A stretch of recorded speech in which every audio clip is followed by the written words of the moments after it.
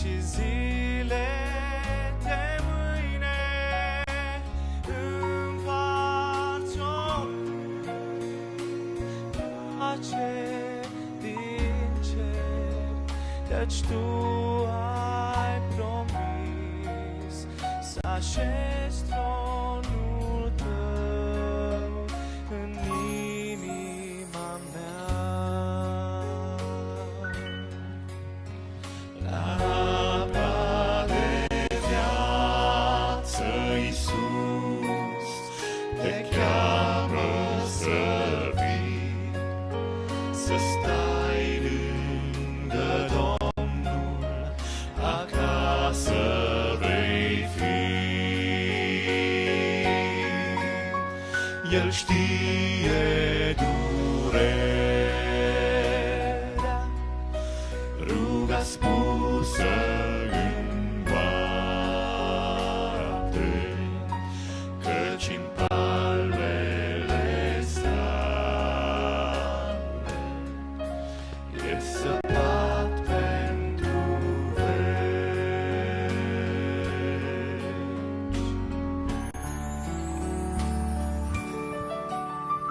Iisuse bun, primește azi inima, fii bun Salvator, și în plinire îți mulțumesc și mă închin, căci Tu ai promis să așezi tronul Tău în inima mea. La apa de viață, Iisus, Te cheamă să vii, să stai lângă Domnul, acasă vei fi. El știe durerea, ruga spusă în noapte, căci-n palmele sale e săpat pentru veci. La apa de viață, Iisus, Te cheamă să vii, să stai lângă Domnul, acasă vei fi. El știe durerea, ruga spusă în noapte, căci-n palmele sale e săpat pentru veci.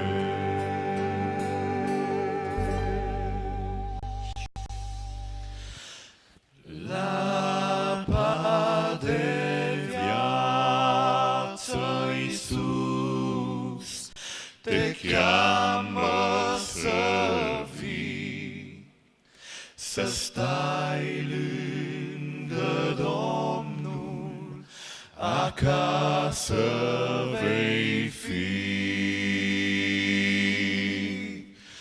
El știe durerea, ruga spusă în noapte, căci-n palmele sale e săpat pentru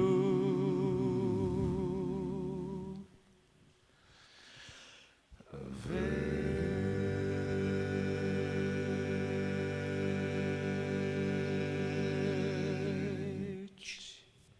Amen.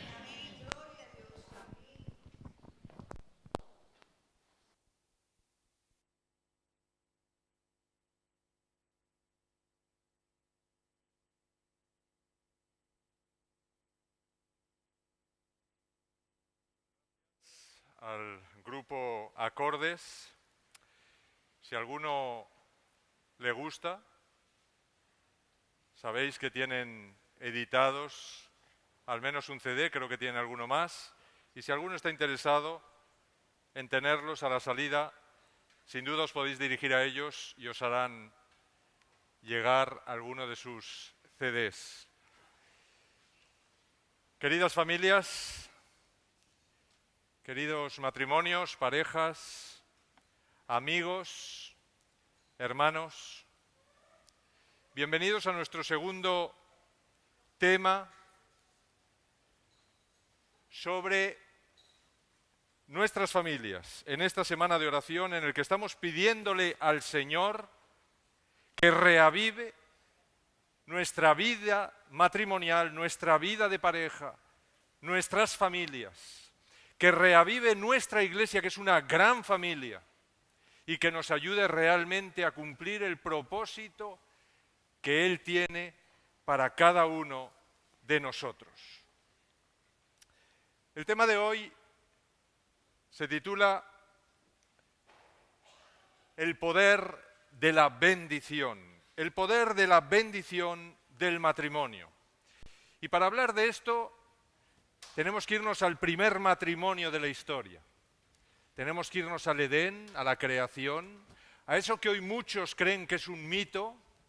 Sin embargo, veremos qué maravillosos mensajes hay dentro de ese pequeño relato de Génesis capítulo 2, versículos 18 al 24.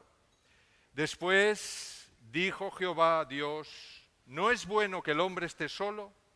Le voy a hacer una ayuda idónea para él.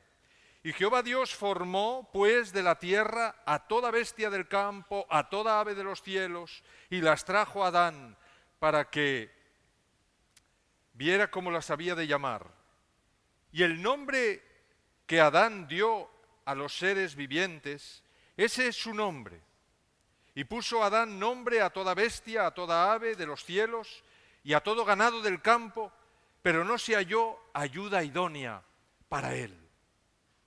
Entonces Jehová Dios hizo caer un sueño profundo sobre Adán, y mientras éste dormía, tomó una de sus costillas y cerró la carne en su lugar. Y de la costilla que Jehová Dios tomó del hombre, hizo una mujer y la trajo al hombre. Dijo entonces Adán, esta sí que es hueso de mis huesos y carne de mi carne, será llamada varona porque del hombre fue tomada. Por tanto, dejará el hombre a su padre y a su madre y se unirá a su mujer y serán una sola carne. A nuestro Dios le apasiona el trabajo bien hecho. Y es interesante que cuando Dios termina de crear en el sexto día y revisa como buen artista toda la creación, revisa cada detalle de la creación, dice Génesis 1:31 que Dios dijo que todo cuanto había hecho era bueno en gran manera. Es decir, no había defecto, no había nada malo, no había ningún problema en todo lo que Él había planeado y finalmente realizado. Pero si seguimos leyendo, descubrimos en Génesis capítulo 2, versículo 18, que Dios descubre algo que no está totalmente correcto, algo que no es bueno. Y descubre que lo único de todo lo que ha hecho que no es bueno es que el hombre está solo.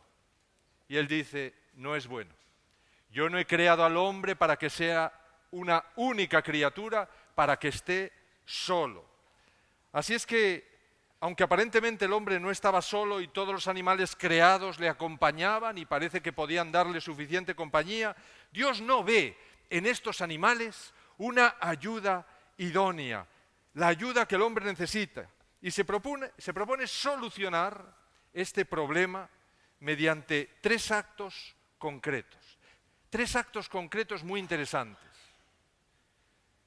Primeramente, Dios reconoce la necesidad de una compañera completamente distinta a todos los animales que ha creado. Con lo cual está reconociendo que el hombre tiene unas necesidades completamente distintas al resto de todo lo creado, al resto de todos los animales. Así es que Dios reconoce la necesidad de una compañera que pueda relacionarse con el hombre íntimamente, con él, en un plano físico, en un plano emocional, de la misma forma como Adán se está relacionando en el plano espiritual con su Creador. Así es que Dios ve que Él no lo ocupa todo, que hay algo que necesita ser ocupado por otra persona. Y Él libremente crea a esa persona para que ocupe un espacio que Él ve o que Él no quiere llenar. Quiere que lo llene una compañera idónea para el hombre. Así es que Dios crea a la mujer sacándola del costado. Y este es el segundo acto increíble que Dios hace. Dios crea a una mujer sacándola del propio hombre. Algunas personas dicen que la mujer es más perfecta que el hombre, porque el hombre fue creado del polvo de la tierra y la mujer fue un perfeccionamiento del hombre, y yo creo que es así también. Pero mejor que esto, yo creo que la mujer complementa algo que le falta al hombre. Es decir, al sacar la mujer del hombre, Dios está diciendo que el hombre no está completo sin la parte femenina que le falta a su lado.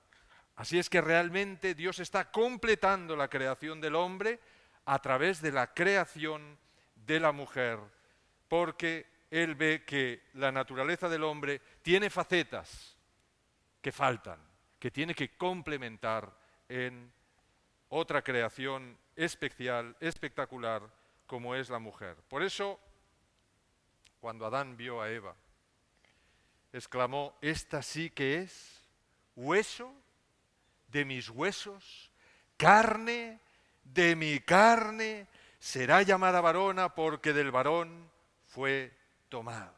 Y es que realmente el hombre, con mayúsculas, realmente el nombre de Adán no se le da al hombre, no se le da al género masculino. El nombre de Adán en el Génesis se le da al hombre más la mujer. Así es que el hombre con mayúsculas es el varón más la mujer. Juntos, unidos, completamente en el vínculo matrimonial, forman el Adán, el hombre con mayúsculas que Dios tenía planeado. Samuel Bacchiocchi, en su libro El pacto matrimonial, dice que la unión matrimonial no solo suple la necesidad de compañerismo, sino que capacita al hombre y a la mujer para llegar a ser personas más completas que alcancen la plenitud de su desarrollo a través de su relación. Es decir, que el hombre más la mujer llegarán a ser completos a través de una relación especial en el que juntos, sumándose, podrán crecer en plenitud, en armonía, en conocimiento, en multitud de aptitudes que Dios tenía pensados para el primer matrimonio. Por eso Dios los creó iguales. Dios no creó a uno superior al otro. Dios los creó iguales, complementarios, ni por debajo ni por encima ninguno del otro, sino al costado el uno del otro, al lado el uno del otro, como compañeros que caminan juntos por la vida, que se apoyan el uno al otro, no que pisotea el uno al otro, sino que se apoyan constantemente. Y cuando uno cae, el otro le ayuda a levantarse. Y cuando uno está débil, el otro le fortalece. Y cuando uno tiene problemas, el otro le da ánimo. Este es el plan que Dios tenía para el matrimonio. Finalmente, Dios los une en matrimonio. Es decir, aunque son dos seres individuales, con su individualidad, Dios los fusiona en el vínculo más estrecho, más tierno, más sagrado de la tierra. Un lazo que los ligará tan íntimamente que llegarán a ser de nuevo una sola carne. Así es que Dios saca a Eva del costado de Adán, momentáneamente los separa y luego los vuelve a unir en el acto matrimonial, formando de nuevo una sola carne. Formando la primera boda de la historia, Dios estaba señalando cuál era su concepto inamovible de familia. Fijaros que para Dios la familia no es poligamia. La familia tampoco es concubinato, no es mantener amantes, tampoco es adulterar, no es una cohabitación entre homosexuales, ni promiscuidad, ni vivir juntos sin casarse, ni matrimonios en serie, es decir, me divorcio y me caso y me divorcio y me caso.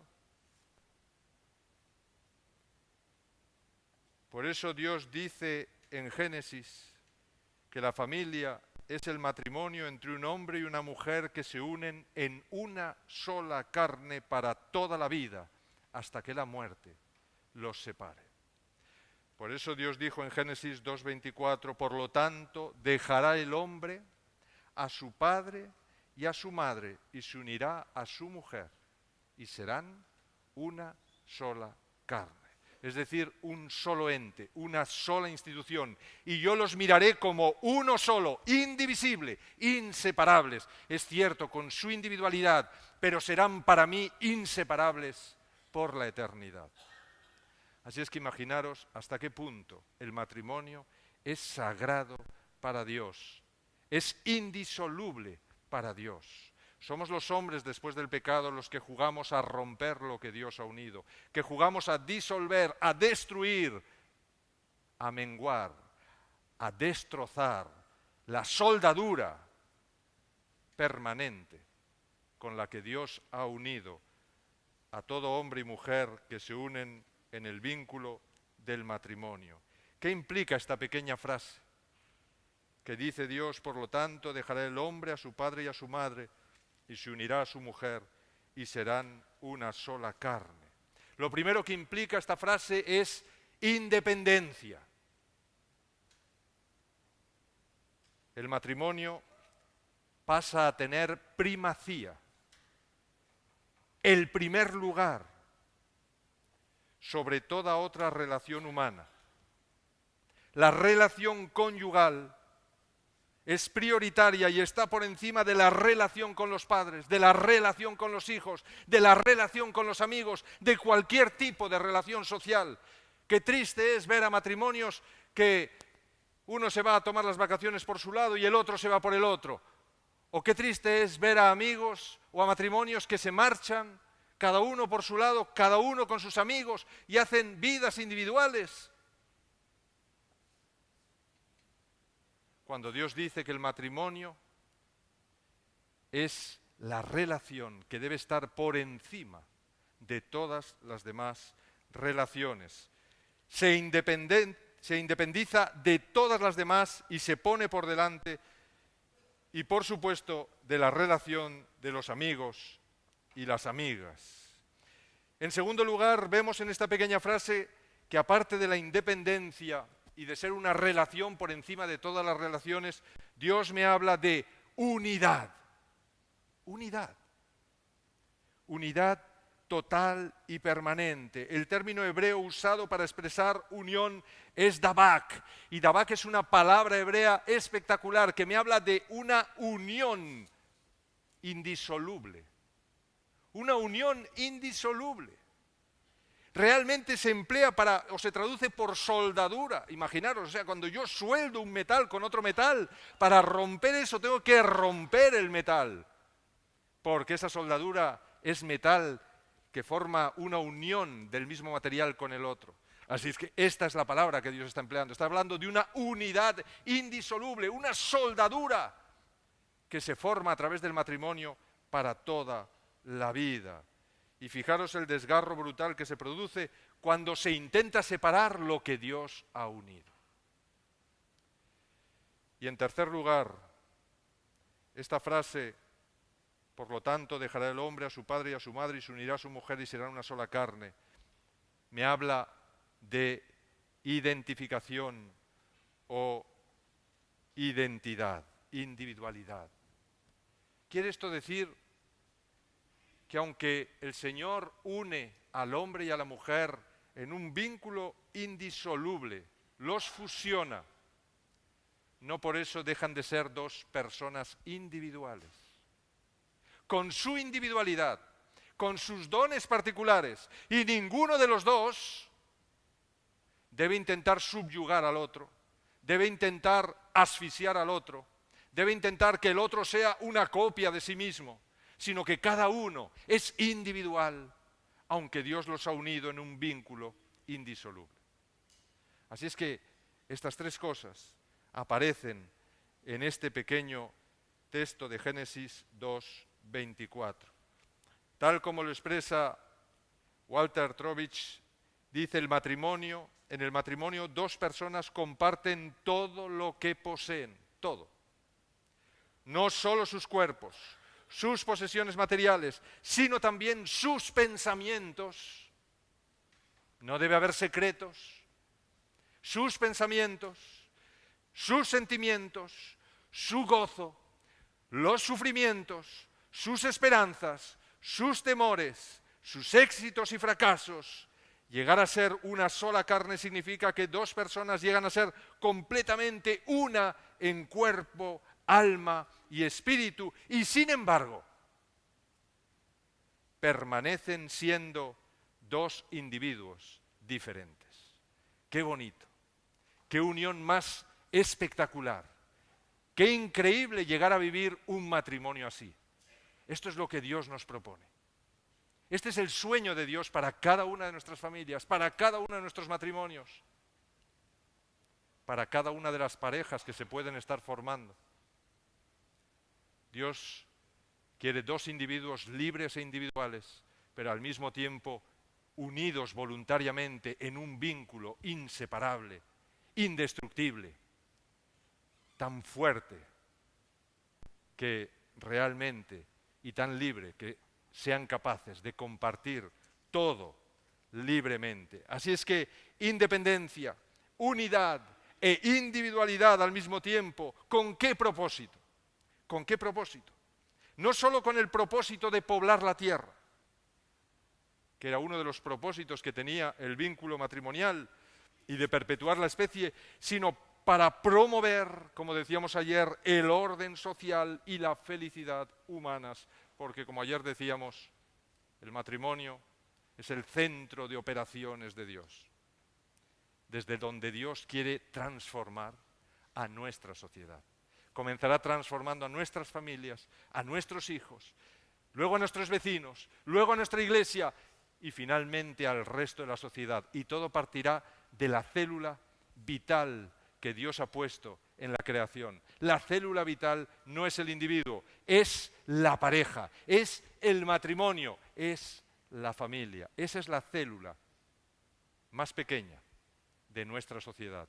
Y desde ahí Dios quiere transformar nuestra sociedad para transmitir la verdad, la pureza y la santidad siglo tras siglo a través de las familias bien constituidas, de esas familias que veíamos ayer que aunque son imperfectas, Dios tiene un proyecto perfecto para ellas. En torno a la institución matrimonial se agrupan, pues, todos los goces más puros y genuinos del género humano. Quiero encontrar la felicidad, la encontraré en el matrimonio. Quiero encontrar el verdadero desarrollo físico, mental y espiritual, lo encontraré en el matrimonio. Es una pena que Satanás, sabiendo esto, ha intentado por todos los medios desvirtuar completamente esta unión. Ha intentado romper el matrimonio y hoy lo pinta en los medios y en los comentarios sociales como un atentado contra la libertad individual. Y dice, bueno, si te casas ya dejaste de ser feliz, dejaste de vivir, dejaste de ser plenamente una persona. Es decir, no te cases, porque realmente vas a ser muy desgraciado. Entonces mejor, en vez de hacer un vínculo, mejor, oye, te juntas así como quien no quiere la cosa, si funciona bien y si no, como no te une nada, te separas y te buscas a otro o a otra. Y así va nuestra sociedad, cada vez más triste, cada vez más hundida, cada vez más llena de violencia, cada vez más llena de antidepresivos. ¿Por qué? Porque Satanás está consiguiendo su propósito de destruir la unidad perfecta que Dios tenía para la felicidad de este planeta. Fijaros que Dios hace del matrimonio el principal símbolo de la unión entre Cristo y su Iglesia. Y es interesante que yo me he encontrado personas que estaban sufriendo mucho en su matrimonio y me decían, pero ¿cómo es posible que Dios haya hecho del matrimonio el símbolo de su unión con nosotros, de su unión con su Iglesia? Dios se tiene que haber equivocado, porque el matrimonio para mí es un martirio, porque mi familia es un infierno. Es imposible que sea el símbolo de la unión de Dios con su pueblo y con su Iglesia.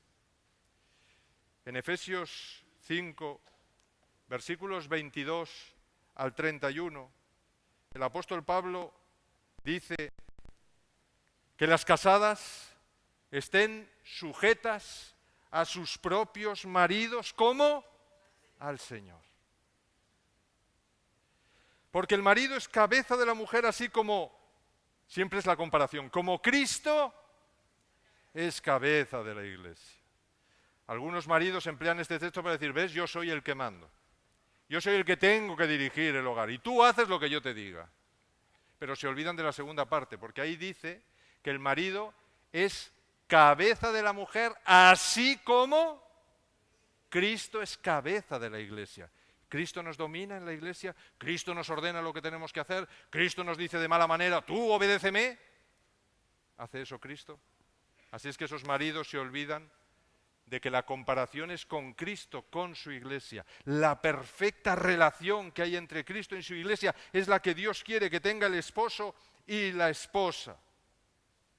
Así que, como la Iglesia está sujeta a Cristo, así también las casadas lo estén a sus maridos en todo. Es decir, que haya armonía, que puedan dialogar de todo, que puedan estar de acuerdo en todo. Y si hay algo en lo que no están de acuerdo, bueno, no hace falta pelear, se pueden respetar. Dice, como la Iglesia está sujeta a Cristo, así también las casadas estén a sus maridos en todo. Maridos, amad a vuestras mujeres así como Cristo amó a la Iglesia y se entregó a sí mismo por ellas. Es decir, tú tendrás derecho a pedir o a exigir si estás dispuesto a dar tu vida por ella. ¿Estás dispuesto a dar tu vida por ella? Entonces tendrás derecho a pedir, a exigir, a decir que tú eres el jefe de familia, si amas tanto y amas de tal manera que estás dispuesto a dar tu vida por tu esposa. Seguramente si estás dispuesto a dar tu vida por tu esposa, nunca le exigirás, nunca le mandarás, nunca la maltratarás, sino que la mantendrás todo el día entre algodones intentando que sea feliz, que esté contenta y que sea la mujer más alegre, porque Cristo se entregó completamente a sí mismo por ella, para santificarla, habiéndola purificado en el lavamiento del agua por la palabra, a fin de presentársela a sí mismo como una iglesia gloriosa, que no tenga mancha ni arruga ni cosa semejante, sino que fuese santa y sin mancha. Así también los maridos deben amar a sus mujeres como a sus mismos cuerpos. El que ama a su mujer a sí mismo se ama, pues nadie odió jamás a su propio cuerpo, sino que lo sustenta y lo cuida, como también Cristo a la Iglesia, porque somos miembros de su cuerpo, de su carne y de sus huesos. Por esto dejará el hombre a su padre y a su madre y se unirá a su mujer, y los dos serán una sola carne. Fijaros que Dios quiere que los esposos estén unidos tan íntimamente entre ellos, con tanto amor y ternura como Cristo amó a la Iglesia, hasta el punto de entregar su vida por ella. ¿Por qué hoy es tan difícil ver este tipo de unión en los matrimonios, en las familias? ¿Por qué incluso dentro de nuestra iglesia, en vez de amor, respeto, sujeción, sustento y cuidado, que es lo que nos está diciendo este texto, por qué en vez de todo eso, lo único que vemos entre los cónyuges o parece que reina primordialmente el desamor, las peleas, los insultos, la violencia, el asesinato, el adulterio, el divorcio? Es todo lo contrario de esto. ¿Se equivocó Dios al poner el matrimonio como un símbolo de su unión con su iglesia? Mis hermanos, todo esto, no nos equivoquemos, no es que Dios se haya equivocado. Todo eso es fruto directamente del pecado. Si en mi matrimonio hay odio, hay insulto, hay gritos, es fruto del pecado. Es porque el pecado domina mi vida. Es porque el pecado me tiene sujeto. Es porque Satanás está guiando mi mente. En vez de que Dios domine mi mente y el Espíritu Santo llene mi hogar.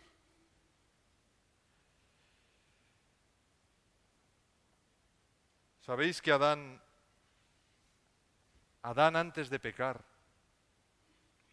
minutos antes de pecar, amaba tanto a Eva que estuvo dispuesto a dar su vida, a perder la eternidad, a morir por ella, igual que Jesús por nosotros?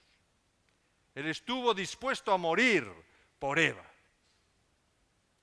Dice en Patriarcas y Profetas Elena de White que el amor, la gratitud y la lealtad al Creador, todo fue sofocado por amor a Eva. Ella era parte de sí mismo y Adán no podía soportar la idea de una separación y Adán resolvió compartir la suerte de Eva. Si ella debía morir, él moriría con ella. Tomó del fruto y comió apresuradamente. Fijaros que esto es lo que estaba dispuesto a hacer justo antes de comer el fruto apresuradamente. Unos minutos después, cuando Dios se presenta en el huerto, cuando los persigue buscándolos, cuando finalmente los encuentra y cuando le pregunta qué ha ocurrido a Adán, por qué está huyendo de él, por qué tiene miedo, por qué se siente desnudo, inseguro, con vergüenza, ¿qué ha pasado?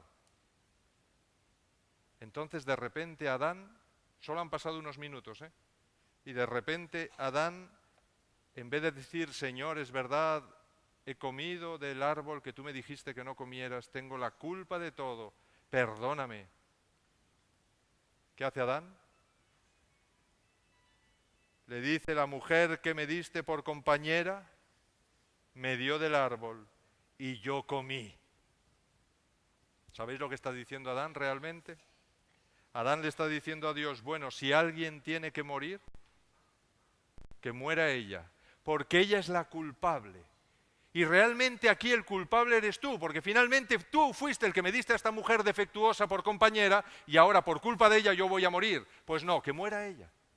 Fijaros que en unos minutos el pecado ha cambiado la mente de Adán y un hombre que unos minutos antes estaba dispuesto a morir por ella y con ella, ahora está diciendo si alguien tiene que morir, que muera ella. ¿Quién ha hecho eso?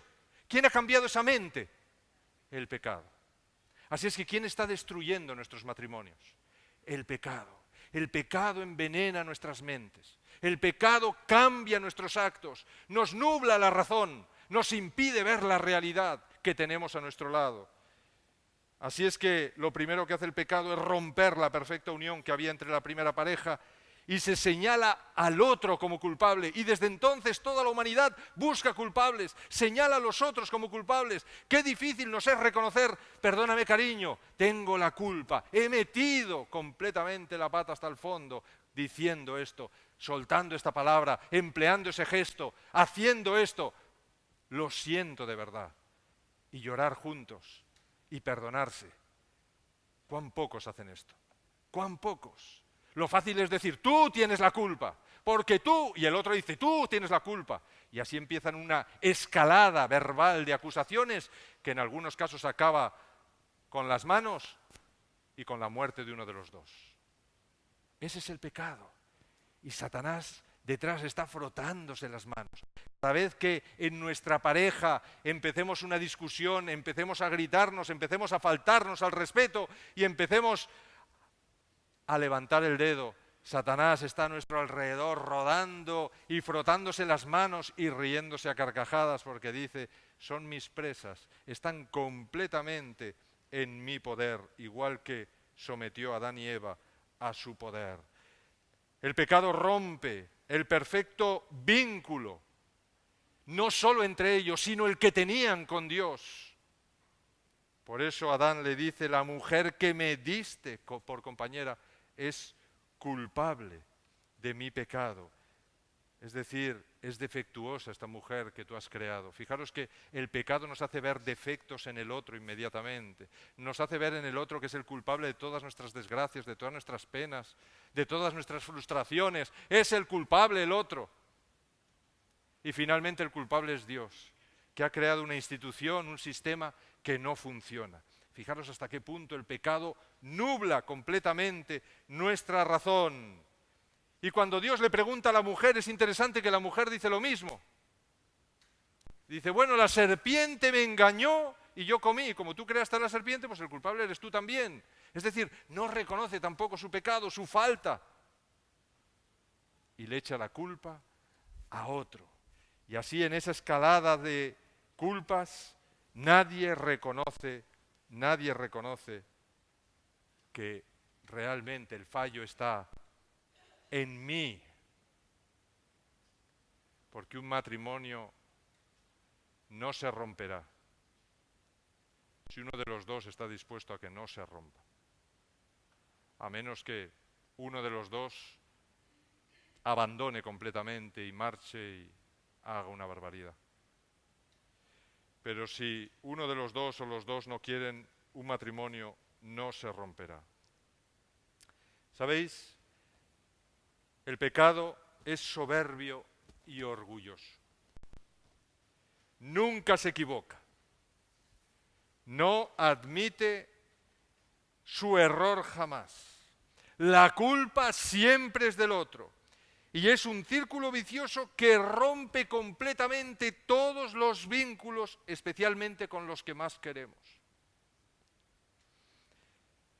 El pecado nunca admite su parte de culpa en el problema. Se defiende, grita, indignado, insulta, rebaja, levanta el dedo acusador e incluso golpea y mata, con tal de no reconocer que él es el culpable. Y otras veces el pecado adopta otra actitud tan terrible, tan nefasta como la primera, porque el pecado adopta la actitud de la frialdad absoluta, del ignorarte, del no escucharte, del hacer que no existes, del silencio. Y ya puedes hablar, que es como si no existieras. Ignora al otro y lo castiga con el silencio acusador por días, semanas, miradas de desprecio. Fijaros que esta actitud de autojustificación, esta actitud de culpabilizar al otro, es la piedra angular de todos los problemas matrimoniales que existen en nuestro mundo. Autojustificación y culpabilizar al otro es la piedra angular de todos los problemas de nuestros matrimonios. Elena de White, en Patriarcas y Profetas, dice, el espíritu de autojustificación se originó ¿en quién? En el padre de la mentira. Lo manifestaron nuestros primeros padres tan pronto como se sometieron a su influencia. Y se ha visto en todos los hijos e hijas de Adán, y en vez de confesar humildemente su pecado, tratan de justificarse culpando a otros, a las circunstancias, a Dios, o bien hasta murmuran contra las bendiciones divinas. Así es que el que se autojustifica y culpabiliza al otro, ¿por quién está siendo dirigido? ¿Por quién está siendo dirigido? Por Dios no, por Satanás. Así es que estemos atentos, porque en cuanto veamos en una discusión de pareja que nos estamos autojustificando o culpabilizando, Dios no está dirigiendo mi mente. En ese instante estoy dejando de ser un cristiano. En ese instante estoy dejando de ser un hijo de Dios y estoy pasando a ser un hijo del diablo. Porque es el diablo el que está dirigiendo completamente, como una marioneta, mi mente, mis actos, mis palabras y mis gestos. Todo lo está dirigiendo él. Así es que en ese momento lo mejor que sería es callarse, guardar silencio. Y si no tenemos fuerzas para pedir perdón, decir, vamos a orar. Tengo que orar. Y luego hablaremos. Y tendríamos que pedirle fuerzas al Señor para que nos ayudara a no culpabilizar, a no autojustificarnos, sino a reconocer la parte de culpa que sin duda todos tenemos en el problema, porque ningún problema es por culpa de uno solo. Siempre el otro, por muy inocente que se vea, algo de culpa tendrá. Algo de culpa tendrá, incluso en un adulterio, ¿eh? Incluso en un adulterio de uno de los dos. Algo de culpa tendrá el otro. Así es que, aunque creamos con todo nuestro corazón que no somos culpables, podemos hacer una cosa. En todas las discusiones, en todas las peleas, incluso en las peleas de la iglesia, en las peleas con nuestros hijos, en los problemas, siempre podemos hacer una cosa. Y lo que siempre podemos hacer, aunque me considere la parte más absolutamente inocente del problema, lo que siempre puedo hacer, ¿sabéis qué es? Dar el primer paso de ir a hablar con mi esposa, con mi esposo, y de pedirle perdón por aquello en lo cual le haya molestado y que quizás haya originado el problema que tenemos ahora. Y os puedo asegurar que si hiciéramos esto, en vez de discutir y buscar quién es el culpable y autojustificarnos y gastar horas y días y semanas en el que nuestra relación se va deteriorando a toda velocidad, si tuviéramos el valor de dar el primer paso y antes de que se ponga el sol de esa discusión, decirle a nuestra pareja, perdóname, quiero arreglar esto, dialoguemos, hablemos, no busquemos culpabilizarnos, busquemos construir y construyamos de nuevo. Y volvamos a empezar y olvidémonos de lo que ha ocurrido y continuemos adelante sobre nuevos propósitos.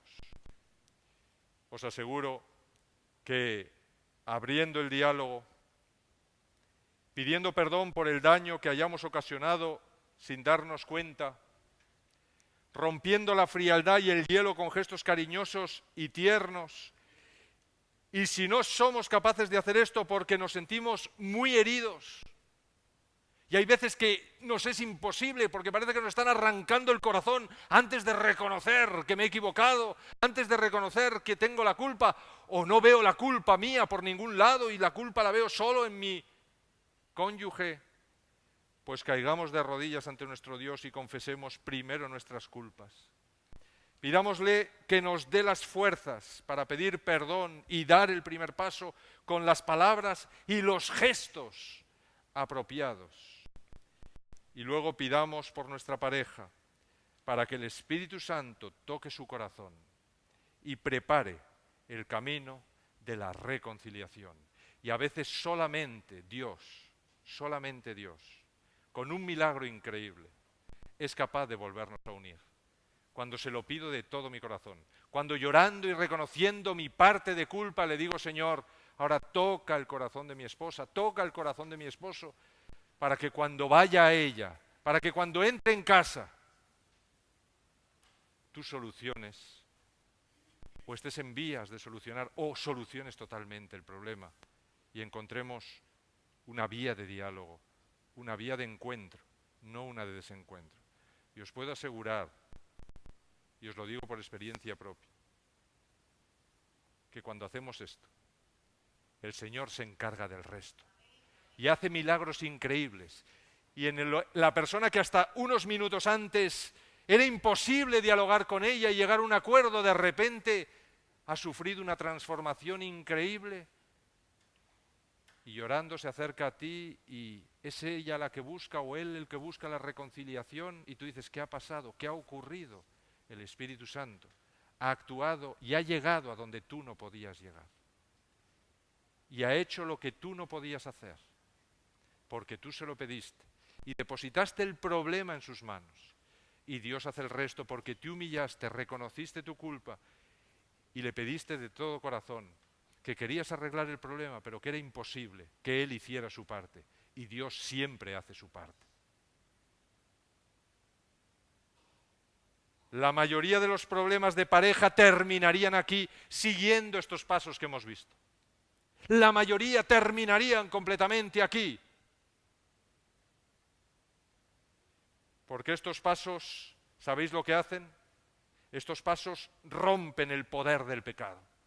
Rompen el orgullo y el egoísmo que son la base de todos los problemas de pareja, porque debajo de la autojustificación y la culpa al otro está el orgullo y el egoísmo, que es el primer pecado que se cometió en el cielo, el pecado que cometió Satanás, el que nos ha metido profundamente en nuestro corazón y en nuestras mentes, y es el pecado que mete como una cuña increíble en todos los matrimonios, en todas las familias, para romper y dividir, porque el egoísmo y el orgullo lo rompen, lo destruyen todo y acaban con todo absolutamente.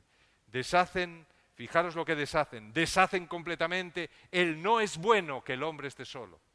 Lo deshacen y lo sustituyen por mejor solo que mal acompañado.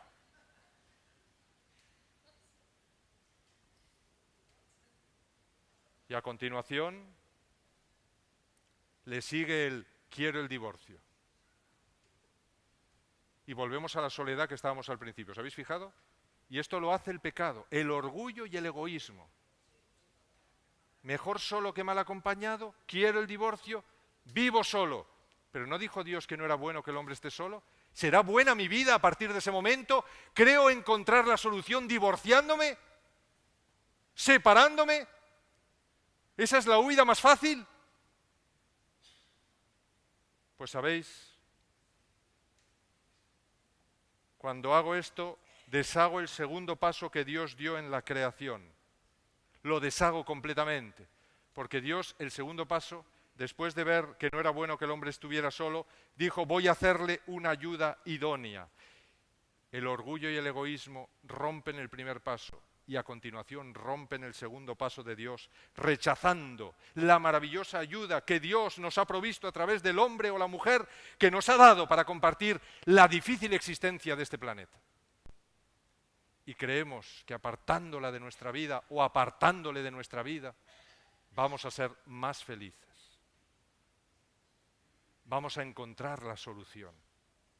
Vamos a vivir mejor. Deshaciendo estos dos actos creadores de Dios y volviendo a la soledad inicial, muchos piensan que se terminó el problema. Que a partir de este momento seré más feliz. Pero se olvidan que Dios dijo, no es bueno que el hombre esté solo. Así es que estando solo, no se es más feliz. Es interesante que hoy, igual que hay fiestas de bodas, ya se están haciendo fiestas de divorcios. Y hay compañías enteras que se encargan de preparar grandes fiestas, tan grandes o más grandes que las que hacen para cuando se casan. Fijaros, nuestro planeta está loco. Está loco. Hacemos una fiesta para celebrar algo que Dios ha dicho no es bueno. Y todos celebramos lo que Dios ha dicho que no es bueno. ¿Cómo es posible? ¿Qué es lo que está ocurriendo? Fijaros que estas personas olvidan una cosa. Olvidan que el problema es el orgullo y el egoísmo. El orgullo y el egoísmo, el cual permanece con ellos. Por lo tanto, no se han desembarazado del orgullo y el egoísmo. Se han desembarazado del que ellos creen que era su problema, pero no se han dado cuenta que el problema es el orgullo y el egoísmo que sigue permaneciendo en ellos. Y mientras el orgullo y el egoísmo permanezca en mí, he sumado otro problema al orgullo y el egoísmo, y es que estoy solo. Y ahora el orgullo y el egoísmo me carcomen a mí solo, porque no he sido capaz de desecharlo. He desechado la cosa equivocada, la ayuda idónea que Dios me había puesto al lado, y permanezco con el orgullo y el egoísmo. ¡Qué cosa más increíble! He dado la vuelta a la tortilla y estoy viendo las cosas del revés. ¿Todo por qué? Porque no estoy atento a lo que Dios me está diciendo en su palabra. Algunos y algunas piensan que si el primero no fue una ayuda idónea, encontrarán a otro que sí lo sea. Y entonces se dedican a buscar. Y van de flor en flor, creyendo que en alguna encontrarán su mujer ideal o su hombre ideal. Y olvidan una cosa muy interesante que hay en el relato inicial, que es lo que Dios le dijo a Eva. Dios le dijo a Eva una cosa que surgiría innata al pecado. Entre la lista de cosas que Dios le dijo que a partir de ese momento ocurrirían, porque ellos se habían separado de la fuente de la vida, y le dijo a Eva, mira, vas a parir con dolor, tendrás sufrimientos tremendos en el parto. Adán le dijo que a partir de ese momento se cansaría, sudaría, trabajaría y finalmente moriría, y que todo lo conseguiría con un esfuerzo terrible y un sufrimiento terrible. Dios le dijo algo muy interesante a Eva. Le dijo, tu deseo será para con tu marido y él se enseñoreará de ti. ¿Y sabéis esta frasecita que se traduce más o menos así en todas las Biblias? Es muy interesante porque aquí, en este término, tu deseo será para con tu marido, aparece la palabra tesuka, que es de muy difícil traducción porque es una de estas palabras que no tienen una traducción literal en nuestra lengua, ni en lenguas nuestras. La palabra tesuka, que se ha traducido como deseo, es un término que realmente expresa una especie de insatisfacción permanente por encontrar a partir de ese momento en el hombre el príncipe azul de sus sueños. O sea que le está diciendo, ¿sabes una cosa? Lo que has hecho te va a conllevar una infelicidad e insatisfacción casi permanentes mientras dure el pecado. Porque ese príncipe azul que tú sueñas encontrar en el hombre del que te enamoras, nunca será un príncipe azul. Siempre te decepcionará y tú añorarás, desearás constantemente encontrar al hombre ideal y nunca lo encontrarás. Lo mismo le ocurre al hombre con la mujer. El pecado ha deteriorado de tal manera a los príncipes azules y a las princesas maravillosas que no existen. No existen. Y todos los hombres y mujeres de este mundo, mientras dure el pecado, tienen orgullo y egoísmo en su mente como el principio absoluto, a menos que Dios entre en su vida. Y automáticamente el orgullo y el egoísmo destruyen completamente las cualidades que Dios puso en el hombre perfectas para que pudiera ser una ayuda idónea y absoluta para su esposa. Y lo mismo al revés. Así es que estos que se cansan de una o de uno, lo abandonan y se van a buscar a su príncipe azul en otro y pasan la vida buscando a ver si encuentran el hombre maravilloso, la mujer maravillosa, se han olvidado de lo que Dios dijo en el relato del Génesis. El príncipe azul no existe, no lo encontrarás nunca. Así es que más te vale mantener el amor con el que tienes y el que conoces, arreglar las cosas con él, pedirme toda la ayuda necesaria y yo te la voy a dar para que vuelvas a reconstruir lo que yo hice al principio y lo puedo hacer, te dice Dios. Más que dejarle, mantenerte en tu soledad con tu orgullo y tu egoísmo y buscar a otro al que le pondrás también tu orgullo y tu egoísmo, saldrá mal la relación, encontrarás otros defectos a lo mejor más terribles que el primero y seguirás siendo infeliz el resto de tu vida. ¿Sabéis? Yo le digo a muchos jóvenes, cuando les doy el curso prematrimonial, les digo, chicos, tirar la toalla es fácil, pero levantarse y seguir peleando, eso es de valientes y pocos lo hacen. Así es que tirar la toalla, abandonar al otro, decidir que ha llegado el tiempo de que tengo que buscarme otro porque este no me sirve, eso lo hacen muchos, lo hace la mayoría de nuestro mundo y están dirigidos por el enemigo. Pero decidir, esta no es la mujer de mis sueños, este no es el hombre de mis sueños, pero voy a idealizar mi realidad, esto solo lo hacen los valientes. Solo hay una solución. Elena de White solo da a este problema una solución. Y fijaros cuál es la solución que ella plantea. La unión y armonía que se perdió en el pecado solo pueden mantenerse mediante la sumisión, y a mí me encanta que Elena de White no haya dicho de la mujer al marido. No dice eso. Dice del uno o del otro, que lo decidan ellos. Del uno o del otro. Y hay matrimonios que se llevan muy bien llevando él los pantalones. Y hay matrimonios que se llevan muy bien llevando ella los pantalones. Y el otro simplemente está feliz, pues haciendo lo que su esposa decida o le guste, y está feliz porque... Ahora, cuando los dos se ponen como dos gallos de pelea, pues... Y algunos para consolarse dicen, bueno, mi mujer manda en la casa, pero yo mando en todo lo demás. Así es que no mandan nada. Pues esta es la solución. La unión y la armonía solo pueden mantenerse mediante la sumisión del uno o del otro. Lo dice Elena de White en Patriarcas y Profetas.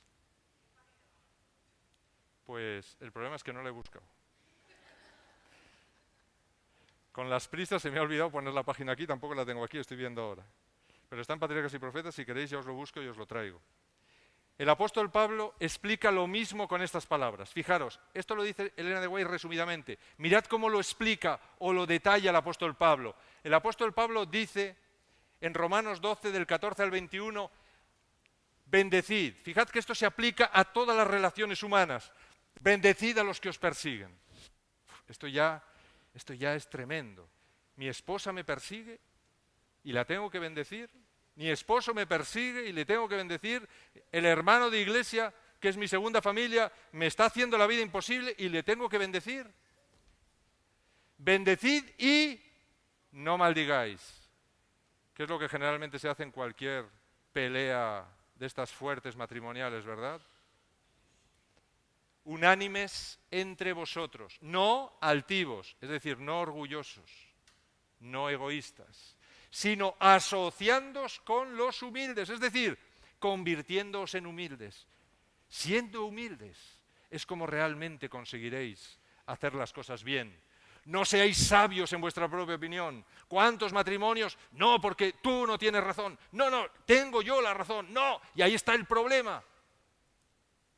Y ninguno quiere reconocer que su opinión no es válida, sino que mi opinión es la verdadera. Yo tengo razón y tú no tienes. Y ahí ya está el problema, se monta y se lía y acaban. Pues ahí dice, no seáis sabios en vuestra propia opinión. No paguéis a nadie mal por mal. Me las vas a pagar. No te preocupes. ¿Me has hecho esto? Espérate. Yo voy a hacer lo mismo. No te preocupes. ¿Tú no vienes conmigo? No te preocupes, yo voy a hacer lo mismo. Y ahí empieza el enfriamiento. No me hablas, yo tampoco te hablo. No dialogas, yo tampoco dialogo. ¿Qué está diciendo ahí? No paguéis a nadie mal por mal. Procurad lo bueno delante de todos los hombres. Si es posible, en cuanto dependa de vosotros, estad en paz con todos los hombres. Y en primer lugar, por supuesto, con mi esposo, con mi esposa, con mis hijos, con mi familia, con mi iglesia. Estemos en paz. estad en paz con todos los hombres, no os venguéis vosotros mismos. Realmente alguien os ha hecho daño, dejádmelo a mí, dice Dios. Yo juzgaré, yo pagaré. ¿Por qué os vengáis vosotros? ¿No veis que no vais a conseguir nada más que vuestra propia infelicidad? No, dejádmelo a mí, yo ya juzgaré. No vayamos diciendo, Dios te juzgará. Espérate, la que te va a caer encima. ¿Y cuántas veces lo decimos esto? Menos mal que hay un Dios en el cielo, que ve todas las cosas. Y yo aquí, el santo varón, y tú, la mártir, a la que Dios te va a juzgar, te va a caer encima y un día te quemará. No os venguéis vosotros mismos, amados míos, sino dejad lugar a la ira de Dios, porque escrito está, mía es la venganza, yo pagaré, dice el Señor. Así que si tu enemigo tuviere hambre, dale de comer. ¿Sabéis cómo se acaban la mayoría de las peleas matrimoniales?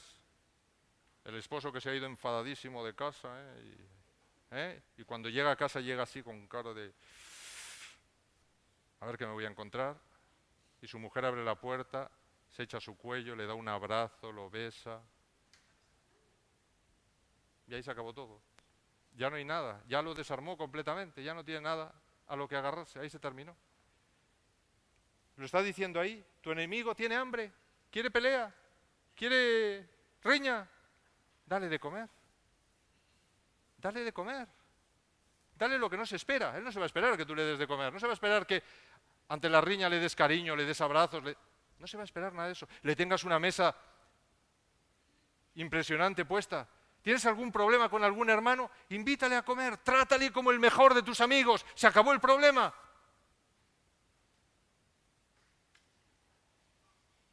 Dale de comer. Si tuviere sed, dale de beber. Pues haciendo esto, ¿qué pasa? Estás amontonando ascuas sobre su cabeza. Está diciendo, ¿yo cómo me voy a mantener contra esta persona? Si es que no puedo mantenerme. Si fíjate cómo me está tratando esta persona. ¿Cómo voy a mantener la enemistad? Ahí se acabó todo. Ahí se acabó la pelea, se acabó el problema. Y nosotros ahí con nuestro orgullo, nuestro egoísmo, por meses, por años, yo a esa persona no la quiero ni ver. Yo a esa persona ni la saludo. Me la hizo, me la paga. Que se olvide de mí. Ya no quiero saber nada de ella. Esto lo llevamos al matrimonio y a las familias y automáticamente divorcio. No quiero saber nada más de ti.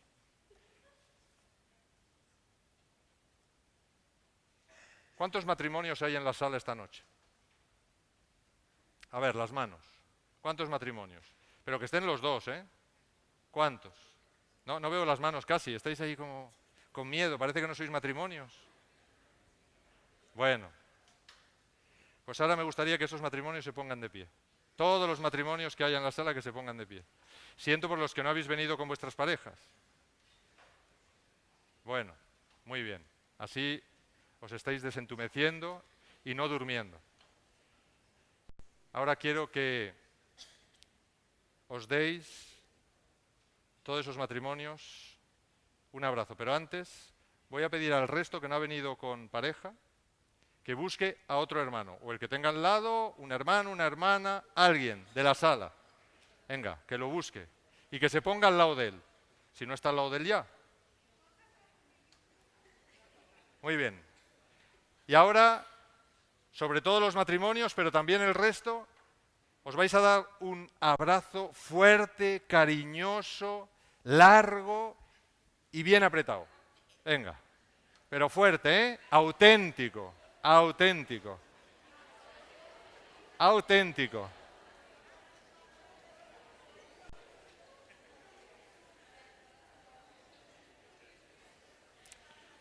Y no os vayáis. Sentaos y permaneced juntos, tanto las parejas como aquellos que os hayáis dado el abrazo.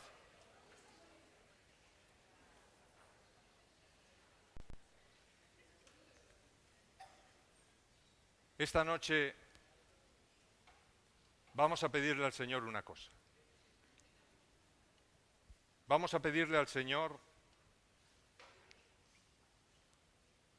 que llene nuestra mente. Porque sin duda en esta sala hay hermanos, hay parejas, hay matrimonios, hay familias que tienen problemas. Quizás su unión no es lo que tendría que ser. Quizás el diálogo ha dejado de existir. Quizás hay rencores, hay problemas. Quizás hay desamor. Así es que en esta noche y en esta semana vamos a pedirle al Señor que llene nuestra mente, que llene nuestro corazón, que llene nuestro hogar con el espíritu de humildad. El espíritu de humildad. No el del orgullo y el del egoísmo, todo lo contrario, el espíritu de humildad, que es el que dirige el Espíritu Santo. Solo con los humildes puede trabajar el Espíritu Santo. Así es que vamos a pedirle que llene nuestra vida con el espíritu de humildad, con el espíritu de la sumisión voluntaria a mi esposo, a mi esposa, a mi familia, espíritu de sumisión, con el espíritu del perdón que necesitamos para reavivar la relación con nuestro cónyuge, con nuestra familia, con nuestros hermanos, con nuestros hijos. Vamos a pedirle al Señor que nos ayude a ver a nuestro esposo, esposa, hijos o hermanos como seres creados a su imagen, no como piltrafillas. Personas iguales a nosotros en dignidad, en valor, a los que no podemos rebajar ni maltratar físicamente, moral o emocionalmente. También vamos a pedirle al Señor en nuestra oración que vamos a realizar por parejas en esta noche, que nos ayude a respetar la individualidad de mi pareja, que me ayude a respetar la individualidad de mis hijos, a respetar la individualidad de mis hermanos de iglesia, que me ayude a entender que la mujer fue tomada del hombre, pero que no es del hombre, y debe ser tratada con respeto y amor como un vaso frágil, dirá el apóstol Pablo. Vamos a pedirle al Señor que podamos renovar nuestro amor, que podamos renovar nuestra unión, que podamos renovar el diálogo.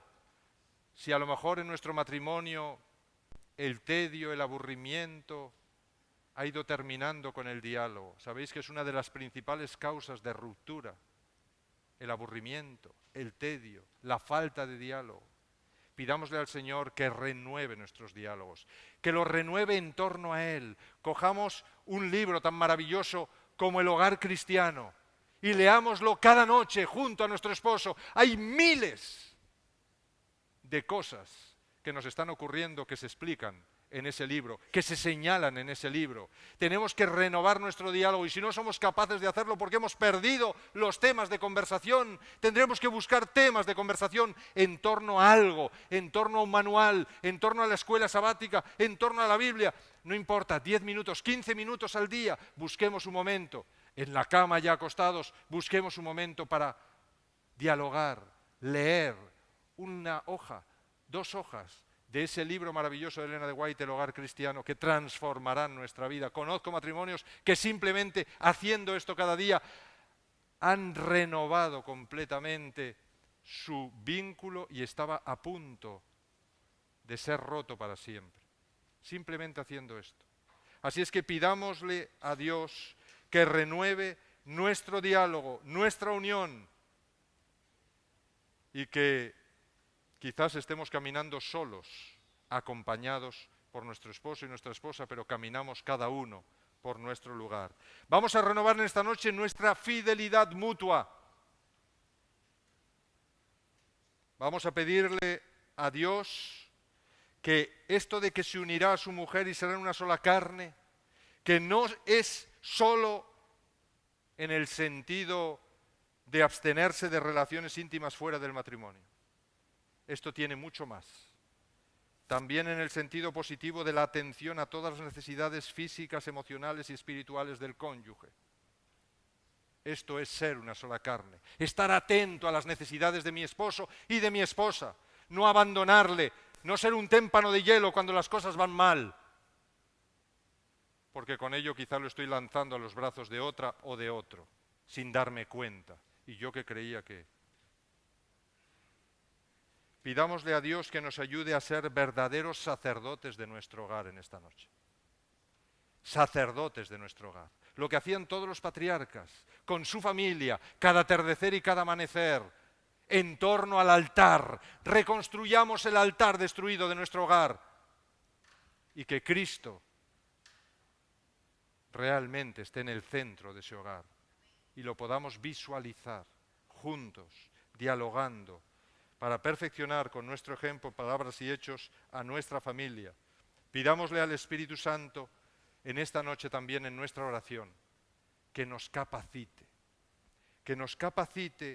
a amar a nuestro cónyuge, a nuestros hijos, a nuestros hermanos, de la manera como Cristo nos ha amado, y que Cristo ocupe el lugar supremo en nuestra vida, en nuestro corazón, en nuestra mente, y automáticamente lo ocupará en nuestro hogar. Vamos a pedirle eso al Señor. Nos vamos a arrodillar, los matrimonios juntos, y todos los demás que os habéis dado el abrazo por parejas, juntos también.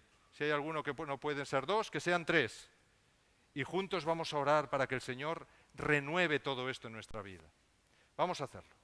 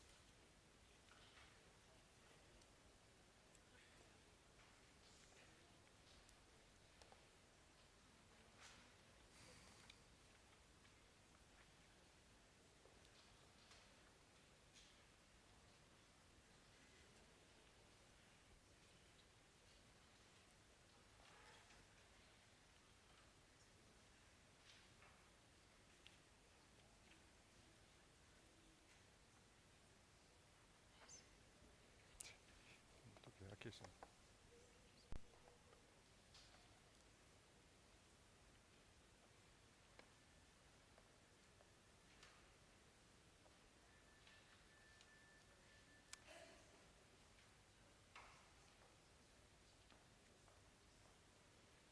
Quería deciros, alguien ha buscado la cita de mantenerse únicamente mediante la sumisión del uno o del otro. Está en Patriarcas y Profetas, página 38, párrafo 1. Patriarcas y Profetas, página 38, párrafo 1. Y mientras pedimos al cuarteto acordes que venga aquí delante para tener un último himno, recordaros una cita que está en el Hogar Cristiano, página 90. Esa cita dice: dad a Cristo en todas las cosas el lugar primero, el último y el mejor. Contempladle constantemente, y vuestro amor por Él, en la medida en que sea probado, se hará cada día más profundo y más fuerte. Y a medida que crezca vuestro amor por Él, vuestro amor mutuo aumentará también en fuerza y profundidad. Que el Señor os bendiga. Y mañana os esperamos a todos en el tercer tema, a las 8 de la noche. Se titulará El poder del compromiso.